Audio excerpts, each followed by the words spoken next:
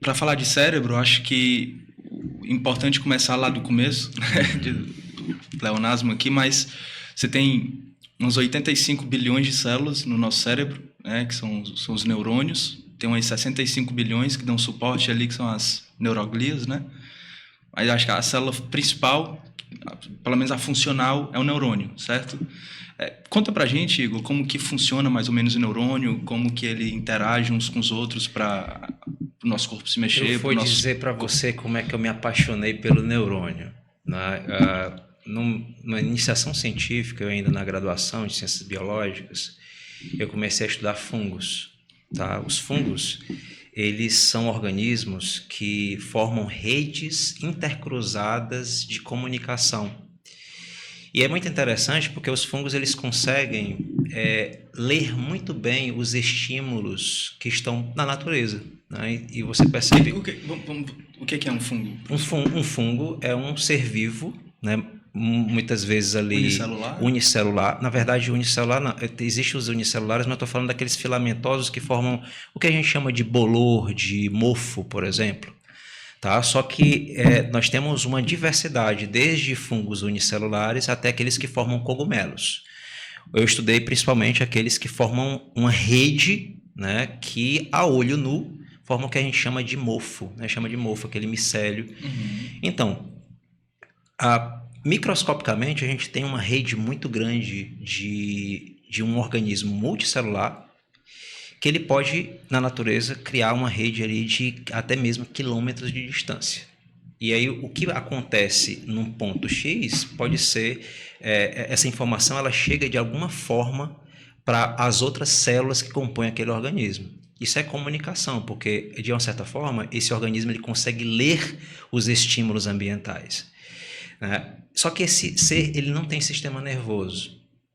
E o neurônio ele é uma célula dotada de uma característica chamada de excitabilidade elétrica. Ele também consegue fazer redes, por exemplo, dentro da nossa cabecinha aqui, no nosso sistema nervoso periférico, nosso corpo. Ele consegue detectar estímulos como água como essa. Né? Existem neurônios capazes de detectar, por exemplo, mudanças de temperatura. Só que, diferente do fungo, o neurônio ele dispara uma resposta, um sinal elétrico chamado de potencial de ação. Esse disparo elétrico faz com que essa informação ela chegue num outro ponto, que nesse caso é um ponto de processamento de informação, né, que é o nosso sistema nervoso central, muito mais rápido do que um fungo ou qualquer outro organismo. É quase instantâneo. É em questões de milissegundos. Uhum. Né? Isso acontece, inclusive, muito comumente quando a gente encosta em algo muito quente. Essa informação ela passa por um outro elemento. Se você sentir o calor, você já tira a mão. Você sente e se você encosta, você tira rapidamente com um sistema de um comportamento motor que a gente chama de arco reflexo. Né? Esse reflexo, ele simplesmente é o quê? A informação foi até a sua medula espinhal, que faz parte do sistema nervoso central também, e mandou rapidamente um comando para você tirar o braço. Ou seja, isso aconteceu em quê? Em uma fração de milissegundos. Graças a essa capacidade de excitabilidade elétrica, de disparo rápido, né? Houve o quê? Houve uma leitura do ambiente, houve um processamento de informação e houve uma resposta ao estímulo. Né? Isso acontece graças ao quê? A uma corrente elétrica gerada por essa célula. Né? Que isso é muito interessante, isso é uma evolução que começou lá desde os animaizinhos conhecidos como quinidários, que começaram para ler e responder mais rápido ao ambiente. O que é que eles fizeram? Eles começaram a desenvolver células com capacidade de disparar rapidamente um sinal. Esse sinal é um sinal elétrico, para que a informação saia do ponto A, chegue no ponto B, seja processada e o organismo tente se adaptar melhor à condição ambiental. Né? Isso realmente achei muito interessante.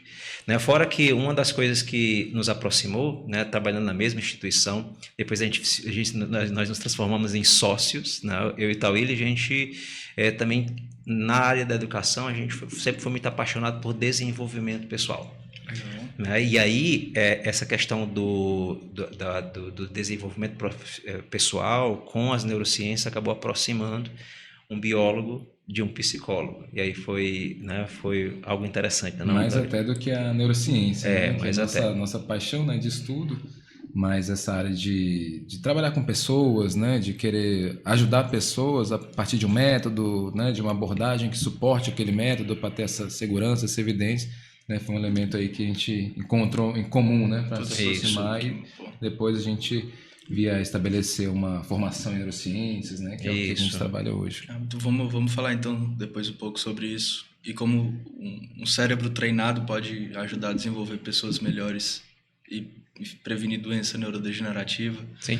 Mas o Igor falou então, ele que o neurônio funciona a partir de corrente elétrica que deve ser ativa lá no potencial de membrana para você fazer uma sinapse, talvez, certo? O que é uma sinapse? Como que ela acontece? Por que ela acontece? Bom, eu acho interessante, né, a história que o Igor contou, porque o sistema nervoso ele surge nos animais, né? E só que tem um tipo de animal, né, que são as esponjas, que não tem sistema nervoso, né? Isso. E aí, com o passar da evolução, vem os quinidários que vão vir a desenvolver, né, e especializar nesse sistema nervoso. E esse diferencial, né, que o sistema nervoso é exatamente essa comunicação, né, como o Igor colocou, para facilitar, né, de um ponto A a um ponto B de maneira instantânea. Só que o neurônio vai conversar com outro neurônio. E quando um neurônio precisa conversar com outro neurônio, ele precisa ter alguma proximidade física ali um com o outro, né? Às vezes eles se encostam, né?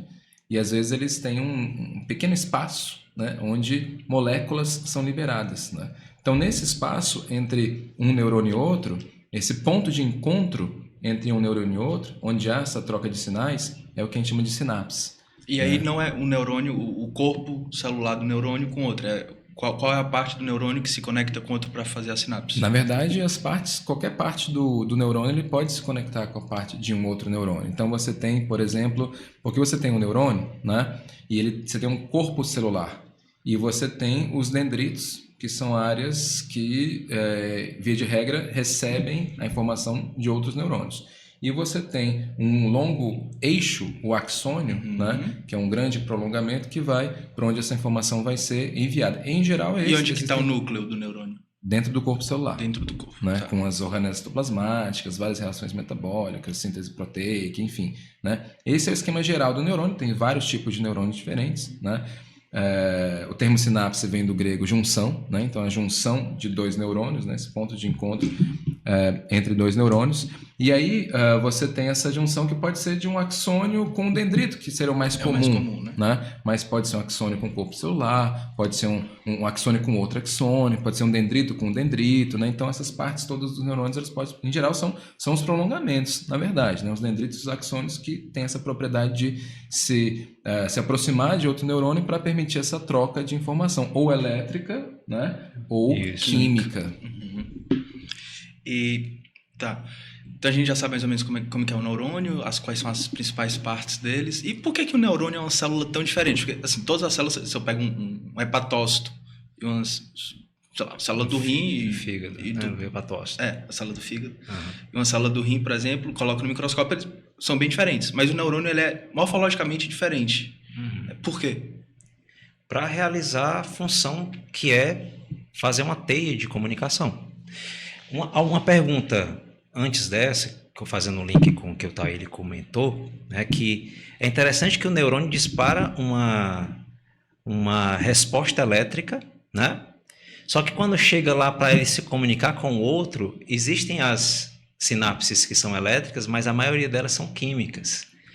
E aí justamente essa comunicação se dá como? Se dá quando um neurônio libera um neurotransmissor para o outro. Detalhe, um neurônio não vai se comunicar com outro em português, nem em inglês, nem via WhatsApp. Qual é a linguagem de comunicação? A linguagem é química, e é por isso que eu tenho a necessidade de ter uma diversidade de neurotransmissores. Aí tem dopamina, noradrenalina, serotonina. Hoje, até mesmo para você ter ideia, Existe um artigo atual que mostra que a própria creatina funciona, além de ser um componente do metabolismo do corpo, ele funciona como um neurotransmissor. Ou seja, são moléculas que eu estou aqui conversando com você, nós estamos utilizando a língua, o português. Só que para os neurônios ele está utilizando ali de moléculas químicas para poder dar comandos diferentes para um outro neurônio. Que são os feedbacks. Isso, não necessariamente, mas funcionaria, né? Um neurônio está mandando um feedback, mandando um sinal químico, uma comunicação para um outro neurônio, e aí ele vai responder a isso. Né? Muitas vezes, para ter uma ideia mais básica, o neurônio ele pode se excitar com o comando de um neurotransmissor. Por exemplo, nós temos neurotransmissores que são mais excitatórios, como é o caso do glutamato, e nós temos também comandos como é o GABA. Por exemplo, daqui a pouco nós vamos dormir e nós temos neurônios que estão mandando para outros neurônios o GABA, que é um neurônio, o neurotransmissor que vai causar inibição neuronal. O neurotransmissor é um hormônio, né, professor? O neurotransmissor, aí detalhe, né? Há uma confusão nesses termos. O neurotransmissor, ele é uma molécula liberada pelo neurônio a um outro neurônio, só que essas células elas estão vizinhas. Por exemplo, se eu quero levantar o meu braço, existem neurônios mandando comando para as minhas células musculares.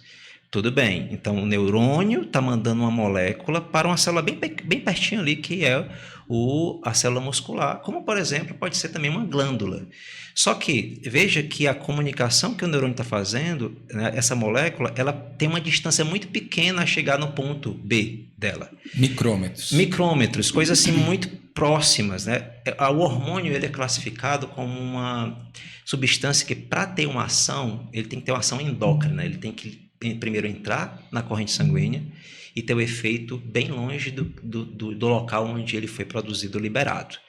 Né? Às vezes você diz assim, Igor, mas uma mesma molécula pode servir como um neurotransmissor e um hormônio? Sim, vamos dar um exemplo, noradrenalina. Existe um sistema do nosso tronco encefálico, né, um sistema de núcleos, que disparam noradrenalina para toda a parte de cima do nosso cérebro. Isso nos dá alerta, nos deixa alerta. Por exemplo, hoje nós estamos utilizando isso para evoluirmos no podcast. Ou seja, neurônios se comunicando com neurônios e neurônios excitando outros através de noradrenalina. Nesse contexto, noradrenalina é um neurotransmissor.